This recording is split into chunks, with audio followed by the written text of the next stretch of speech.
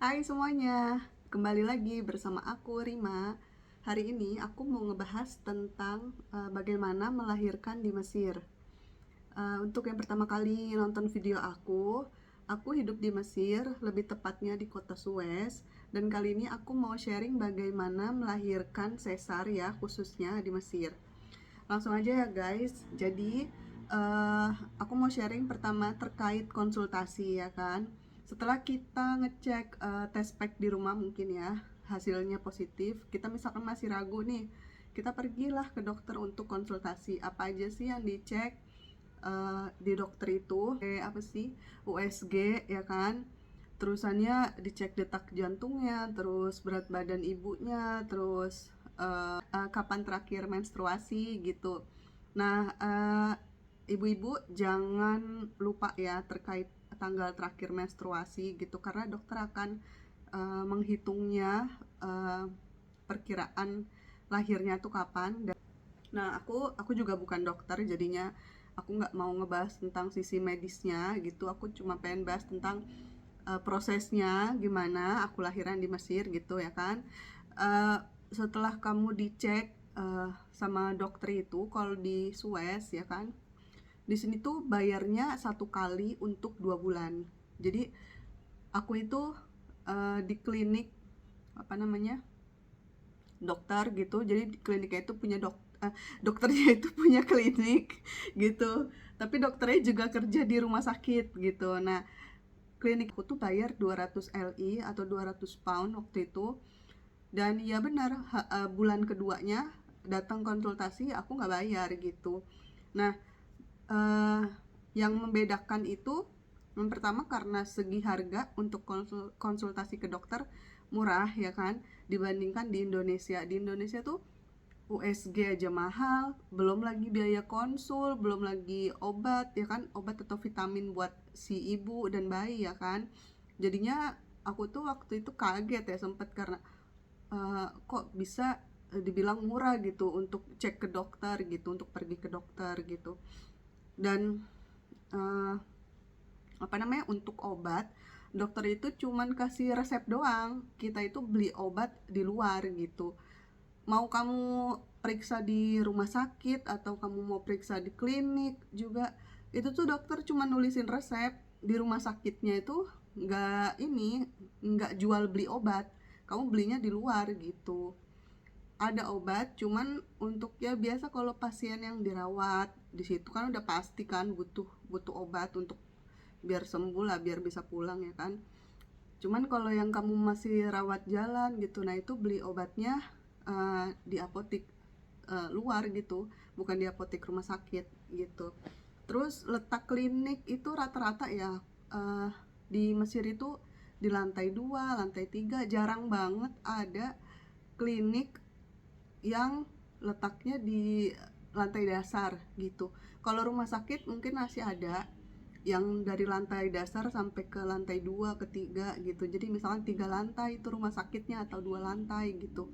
Tapi kalau untuk klinik, entah itu klinik dokter gigi, klinik macem-macem lah pokoknya, klinik dokter itu tuh rata-rata di lantai 2, 3, 4 juga ada gitu. Jadi karena kita kan hidupnya di Mesir kan, rumahnya kan rumah susun atau apartemen gitu kan. Jadi ya mau nggak mau, kalau bangunannya itu nggak ada liftnya ya kamu harus naik tangga ya, meskipun kamu hamil gitu.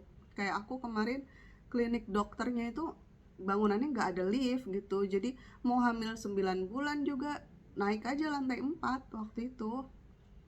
Terus apa namanya, melahirkan itu berdasarkan rekomendasi dari dokter. Yang aku maksud di sini adalah yang pertama, karena dokternya itu bekerja di rumah sakit mana gitu kan. Jadi misalkan dia kerja di rumah sakit ini, ya udah, kamu lahirannya di rumah sakit tempat aku kerja gitu. Terus yang kedua, pemilihan kamar. Waktu itu aku pengen kamar VIP kan, tapi aku bilang lagi aku pengen kamar VIP dan aku pengen ngelahirin kalau bisa nggak ada apa, nggak rasain sakit banget gitu, nggak 100% sakit gitu, karena itu kan sesar kan. Terus dokternya tuh nyaranin aku apa namanya, ya udah kalau kayak gitu kita pakai metode lain gitu, ada tambahan obat lain gitu yang bisa bikin kamu ngurangin sakit gitu. Terusannya eh, apa namanya, dokternya tuh bilang kalau kamu udah pakai metode itu, aku nggak nyaranin kamu untuk nyewa kamar VIP gitu. Cerita ya guys, dokternya itu waktu terakhir kali aku konsultasi, dia tuh bilang kalau kamu ngerasain sakit, terus kalau misalkan kamu udah kayak udah nggak kuat gitu, pengen lahiran aja besok, karena kan kalau sesar kan bisa milih tanggal kan. Nah, udah kamu bilang aja ke aku biar besok bisa kita tindakan gitu kan. Nah akhirnya aku malamnya ngerasa sakit dan aku WA dia, aku mau lahiran besok gitu, bisa apa enggak. Terus kata dokternya iya bisa pasti. Ya udah kamu datang jam 9 pagi. Jadi tuh aku datang jam 9 pagi. Terusannya nyampe rumah sakit itu ya pertama administrasi ya kan, terkait kamar. Dokternya bilang di kamar yang biasa aja sesuai rekomendasi dokter. Akhirnya aku nurut sama dokternya. Eh, aku di kayak masukin apa sih itu, infus ya kan, ganti baju masukin infus. Terusannya kalau di Indo kan pakai kateter ya nggak sih, kalau di sini tuh aku nggak ada kateter masuk. Jadi aku disuruh beli pembalut aja sama dokternya. Aku disuruh nunggu lah kurang lebih jam 10 itu aku masuk ke ruangan operasi. Apa namanya, ya udah langsung tindakan gitu. Sebelum operasi itu yang tadi aku masukin infus itu, si perawatnya itu tuh udah nyuntikin metode yang aku bilang, metode melahirkan tanpa rasa sakit itu.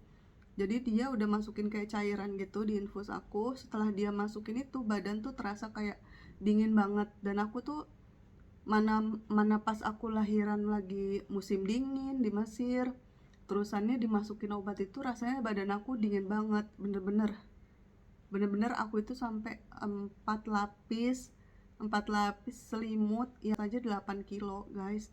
Jadi di atas badan aku dan aku masih ngerasain dingin banget. Dan itu tuh bener-bener temen aku kan, apa namanya, dokternya itu kan saudaranya teman aku kan, jadi pada pada datang juga tuh, pada jenguk, nungguin lah dari mulai belum operasi sampai selesai. Mereka tuh pada kaget gitu.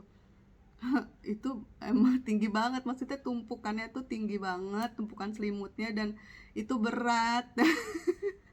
Tapi aku masih bilang aku kedinginan gitu. Jadi bener-bener itu reaksinya cepet banget. Terus setelah dimasukin obat itu aku mulai tindakan jam 10. Terus aku selesai operasi kurang lebih 15 menit, setengah 11 tuh aku udah keluar. Tapi nggak langsung masuk kamar, jadi tuh kayak masih diobservasi gitu dulu. Akhirnya jam 12 baru keluar dari kamar operasi, baru bisa ketemu saudara siapapun gitu kan. Nah terus yang membedakan lagi, di tempat aku operasi itu rumah sakitnya, setelah keluar ruang operasi aku tuh dikasih minuman herbal di Mesir namanya Yansun. Yansun itu teh, rasanya susah dijelasin gitu, rempah-rempah gitu deh pokoknya, rasa rempah. Terusannya nggak kayak teh pada umumnya. Mungkin kalau yang baru pertama nyobain nggak suka, kayak aku dulu juga aku nggak suka, tapi karena sering kumpul keluarga, terusannya sering dibikinin Yansun pada saat musim dingin, jadinya aku kayak udah biasa sekarang minum Yansun gitu.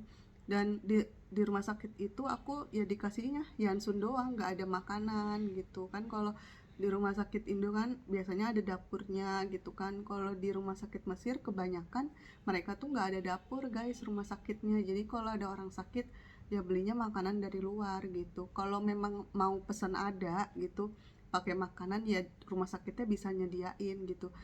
Mungkin catering atau apa, aku kurang tahu juga ya kan. Terusannya setelah aku ketemu keluarga jam 12 siang gitu, aku itu diobservasi lagi sama dokternya. 1 jam setelah itu ya, jam 1 siang itu aku tuh disuruh apa namanya, belajar duduk. Dan aku bisa guys, aku bisa bener-bener gak ada rasa sakit. Setelah biasa, aku kan udah lahiran 2 kali kan, anak pertama itu sesar dan nggak ada metode apa-apa, pokoknya biasa aja sesarnya. dan itu tuh sakit banget kalau buat miring atau ya pokoknya miring aja susah dah gitu, sakit kayak kayak bener-bener bayi baru belajar bangun, belajar jalan gitu kan. Tapi ini yang anak kedua ini apa namanya, aku operasi selesai jam 12, aku bisa duduk, bisa miring, bisa kiri kanan, dan bisa pergi ke kamar mandi buat dipakein pembalut sama susternya. Jadi tuh kan emang belum bisa rada jongkok gitu kan, karena masih kayak kelingan gitu, kepala aku muter-muter. Jadinya susternya itu datang sama dokternya waktu observasi itu buat ngelihat kondisi kan aku bisa duduk, bisa jalan, bisa berdiri atau enggak. Terus susternya ngebantu aku buat ya pakein pembalut itu gitu, buat nifas ya kan. Terus jam 1 itu kan aku udah dilihat sama dokter udah bagus nih kondisinya ya kan. Terus ya udah aku suruh ganti baju. Kata dokternya kamu mulai belajar jalan deh, kata dokter gitu kan. Udah tuh aku mulai belajar jalan pelan-pelan di lorong rumah sakit gitu. Kata dokternya juga kamu nanti maghrib bisa pulang ya jam 6 gitu, jam 6 atau maksimal jam 7 kamu udah bisa pulang gitu. Akhirnya benar guys. Aku langsung di apa, dipersiapkan untuk pulang. Padahal aku udah bawa baju banyak banget gitu, karena pikiran aku bakalan lama kan di rumah sakit. Baju anak, baju aku, peralatan susu, aku takutnya kan asinya nggak keluar kan. Jadinya apa namanya, susunya tuh aku bawa susu formula gitu buat cadangan. Terusannya ya itu jadi nggak kepake gitu. Dan yang membedakan lahiran di Indo sama di Mesir itu apa, aku itu pakai apa, pulang ke rumah itu masih pakai infus, tapi infusnya tuh ada botol gitu guys. Jadi kita nggak boleh lepas dari botol itu karena botol itu tuh obatnya. Nah botolnya itu ngegantung di tangan aku ini 3 hari, 3 hari, 1 minggu, satu satu satu minggu baru bisa boleh dilepas gitu. Nah waktu itu hari kedua, ya namanya orang tidur yang nggak sengaja lah copot. Jadi bukan copot di sininya kan, aku bukan di sini, dipasangnya di sini obatnya, apanya, obat yang buat anti sakitnya itu dipasangnya di sini botolnya. Jadi botolnya itu ngegantung, ada talinya gitu. Dan itu sambungan antara kan jarum ke sini, terus ada yang buat masukin obat kan, yang buat berhentiinnya itu. Nah itu tuh rada copot gitu. Jadi apa namanya, aku balik lagi ke rumah sakit, dan pas copot itu rasanya sama kayak waktu sesar nggak pakai apa-apa, kayak sesar pakai nggak pakai metode apa-apa, sakit banget gitu. Dan pas udah dimasukin ya obat itu, ya rasanya mengurangi rasa sakit 70% lah. Karena di hari kedua itu aku masih ngerasain sakit, cuman sakitnya nggak separah yang pertama. Aku di hari kedua yang aku ngerasa sakit itu, aku masih bisa masak, masih bisa jemur baju gitu. Kalau untuk ngangkat berat ya aku jelas aku takut ya kan guys, takut jahitannya robek gitu. Jadinya apa namanya, ya itu aku kegiatan masih ringan-ringan aja lah gitu.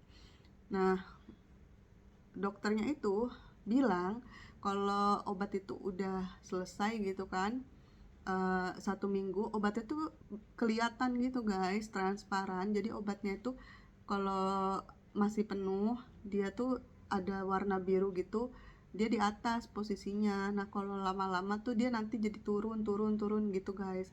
Nah kalau udah turun kamu copot aja infusnya gitu kata dokter kan.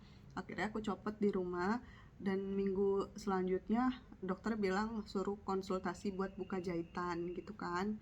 Terus aku buka tuh kan jahitan, terus dokternya juga mulai kasih kayak apa sih, advice atau nasihat buat KB dan segala macam, metode KB yang paling bagus buat kamu apa. Terus ya pokoknya macam-macam KB juga dijelasin segala macam gitu. Nah terus juga dokternya tuh ngasih resep untuk minum vitamin kalsium guys. Jadi yang membedakan dokter di Indonesia sama di Mesir juga setelah melahirkan pun kita diharuskan minum kalsium gitu buat buat memperkuat tulang, terutama kan kita kalau hamil kan kalsiumnya dibagi dua ke anak ya kan, jadi udah pasti kita tuh kurang kalsium gitu, mencegah adanya osteoporosis ya kan, keropos pada tulang gitu. Nah, tadi kayaknya aku kelewat tentang pengecekan lab. Jadi tuh aku disuruh cek lab sebelum hamil 2 kali. Yang pertama itu waktu di 6 bulan, sama yang terakhir itu 1 minggu sebelum melahirkan. Jadi dicek itu darah rutinnya, urinnya, terus penyakit menular seksual gitu, pokoknya dicek ya kan. Di Indonesia juga pasti sama kan, waktu itu aku juga di Indo kayak begitu, emang persyaratannya dari dokter gitu kan. Terus untuk harga ya guys nih, untuk harga itu bener-bener kaget sih kalau aku karena jauh banget harganya dibandingkan sama di Indo. Di Indo tuh melahirkan sesar biasa aja 15 juta nggak sih ya kan, tapi kalau di Mesir itu melahirkan di sini pakai metode yang terbaik ya, obat yang terbaik aja aku kemarin habis 10.000 LI gitu, dan itu udah termasuk kamar, udah termasuk obat, konsultasi. Oke, lanjut ya guys. Itu tadi kenapa melahirkan di Mesir itu aku mengikuti saran dari dokter terkait rumah sakit melahirkan di mana, kamarnya, metode apa yang dipakai. Karena gimana ya, aku percaya aja ke dokter, apa yang dia bilang, ibaratnya dia tahu mana yang terbaik ya kan. Jadinya nggak usah ngeyel-ngeyel lah.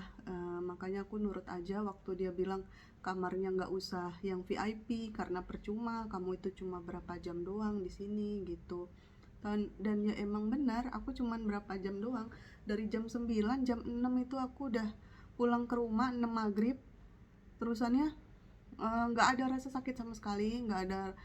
Pokoknya aku udah jalan kayak biasa aja guys, bener-bener kaget. Kalau di Indonesia namanya ERAX ya kan metodenya, tapi metode ERAX itu di Indonesia kan nggak ada tabungnya ya nggak sih guys, nggak ada tabung yang nempel di badan selama 1 minggu. Nah kalau aku itu di sini namanya metode PCA, itu tuh lagi tren kayaknya di Mesir itu juga, yaitu tabungnya nggak boleh lepas, bener-bener nggak boleh lepas, karena kalau lepas tuh ya sakit kayak lahiran biasa gitu.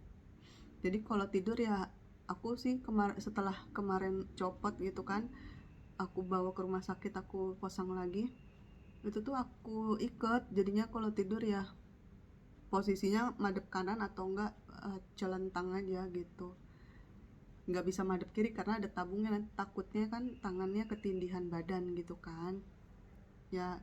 Jadi aku ngerasa di Indonesia tuh belum ada kayaknya metode ini, karena kalau dibandingin sama ERAX itu beda jauh, karena ERAX tuh pulang yang nggak ada apa-apa, nggak ada gantungan apa-apa, nggak ada gitu. Kalau PCA di Mesir tuh ada gitu, dan aku kan belum pernah ngerasain ERAX ya kan.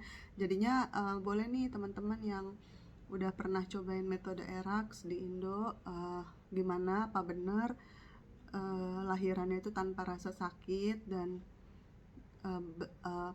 kalian itu bisa jalan, bisa miring kiri kanan, bisa duduk segala macam, apakah aktivitas biasa itu setelah selang berapa jam dari pasca operasi gitu ya guys. Boleh di sharing-sharing aja gitu.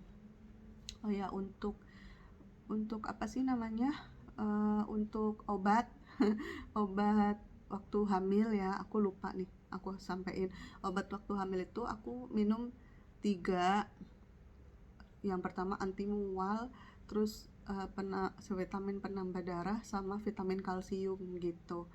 Di Indonesia juga sama sih, kayak begitu. Cuman yang membedakan di sini ya tadi aku bilang, vitamin kalsiumnya itu diminum juga bahkan setelah aku melahirkan sampai 3 bulan ke depan gitu ya guys. Oke guys, itu aja video yang aku mau sampaikan untuk teman-teman. di Mesir gitu, kali aja butuh referensi bagaimana melahirkan di sini. Semoga bermanfaat. Dan buat teman-teman yang mungkin penasaran pengen hidup di Mesir, silahkan aja. Bye bye.